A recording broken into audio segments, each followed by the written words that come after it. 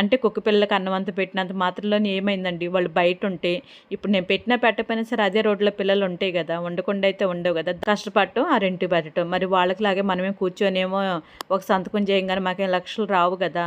నేను ఇబ్బంది పడ్డానండి 6 నెలలు కూడా. వాళ్ళు నాకు చుక్కలు చూపించారండి, తల మీద నీళ్లు పోయటం కానీ మమ్మల్ని చూసి తిట్టడం కానీ అలా చేసింది.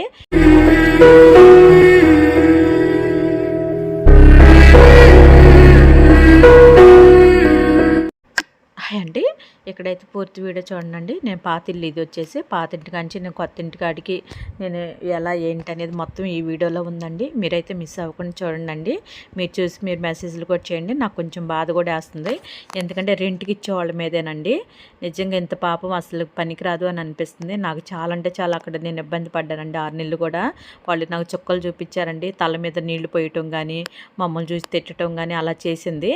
ఇంటి వాంటర్ అయితే ఏం మాట్లాడలేదు. ఆ స్థలం వాంటర్ ఉంటారు చూడు, ఆ కట్టించిన వాళ్ళు బాగా ఇబ్బంది పెట్టించారండి మమ్మల్ని. అదైతే లేడీస్ అని కూడా చూడకుండా ఎలా మాట్లాడేదో, అది కూడా లేడీసే కదా, దానికి బాధ అనేది ఏమీ లేదేమో అనిపిస్తుంది. మరి అంత పాపం పనికిరాదు అనిపిస్తుంది. మళ్ళీ పెద్దదే ముసలితనానికి వచ్చిన తర్వాత కూడా ఇంకా ఆశ ఎక్కువ అనుకుంటా అలా మాట్లాడుతుంది. కుక్క పిల్లలు రాకపోయినా కూడా వచ్చారని చెప్పడం, గేట్లు తీసేసి గేట్లు మేమే వేయాలని చెప్పేసి, వాళ్ళు తీసినా కూడా గేట్లు మేమే వేయాలంటే మరి మమ్మల్ని అని వాచ్మెన్కి ఉంచిందో ఏమో తెలియదు కానీ అలా మాట్లాడటం పొద్దాలు ఇబ్బంది పెట్టించారండి చాలా అంటే చాలా. దయచేసి నేను ఒకటే చెప్తున్నా, మీరు ఎవరైనా సరే ఇంటి రెంట్కి ఇచ్చేటప్పుడు కనీసం 6 నెలలుగా అలా ఖాళీ చెప్పడం అది కరెక్ట్ కాదండి.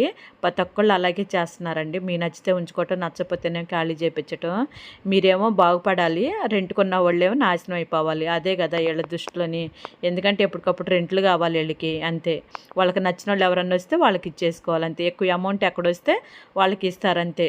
కనీసం వాళ్ళ గురించి కూడా ఆలోచించడానికి, పాపం పేదోళ్ళు కదా, ఎందుకులే తగ్గిద్దామని ఆలోచన కూడా ఉండదండి రెంట్కి ఇచ్చేవాళ్ళు. నిజంగా ఇదొకటి ఒక జాబ్ లాగా చేస్తున్నారు. ఇల్లు రెంట్కి ఇవ్వటం, ఎక్కువ అమౌంట్ మీకు ఇష్టమైతే తీసుకొని లేకపోతే లేదని అంటాం.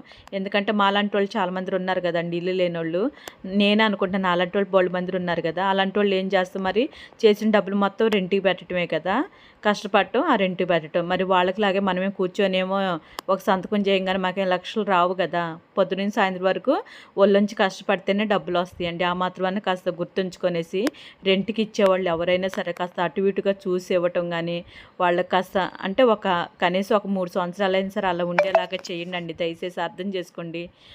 అంటే కుక్క పిల్లలకి అన్నం అంత పెట్టినంత మాత్రంలోనే ఏమైందండి, వాళ్ళు బయట ఉంటే ఇప్పుడు నేను పెట్టినా పెట్టకపోయినా సరే అదే రోడ్లో పిల్లలు ఉంటాయి కదా, ఉండకుండా అయితే ఉండవు కదా, దానికి కూడా హింసించి మాట్లాడటం, ఏ మాట పడితే ఆ మాట మాట్లాడటం అలా చేశారండి. ఇదైతే కొత్త ఇంట్లోకి వచ్చిన తర్వాత అండి. సామాన్లు ఇవన్నీ నేను ఇక్కడ సదిరేసుకున్నానండి. దయచేసి నేను ఒకటే చెప్తాను, నేను మళ్ళీ చెప్తున్నాను అనుకోవద్దు. మీరు ఎవరైతే ఇళ్ళు రెంట్కి ఇస్తారో వాళ్ళు మటుకు కాస్త కొద్దిగా జాలి దయ అనేది చూపించండి.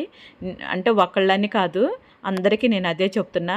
కొద్దిగా అంటే దేవుడిని కాస్త మీరు కూడా దేవుడిని నమ్ముకుంటారు కదా, అది ఒకటి గుర్తుంచుకొని కాస్త ఒళ్ళు దగ్గర పెట్టుకొని చేస్తే బాగుంటుంది అనిపిస్తుంది. రేపు ఎప్పటికైనా మళ్ళీ మీకే శాపం అవుతుందండి. అలా ఎందుకు చేస్తున్నారో తెలియట్లేదు ఇళ్ళైతే.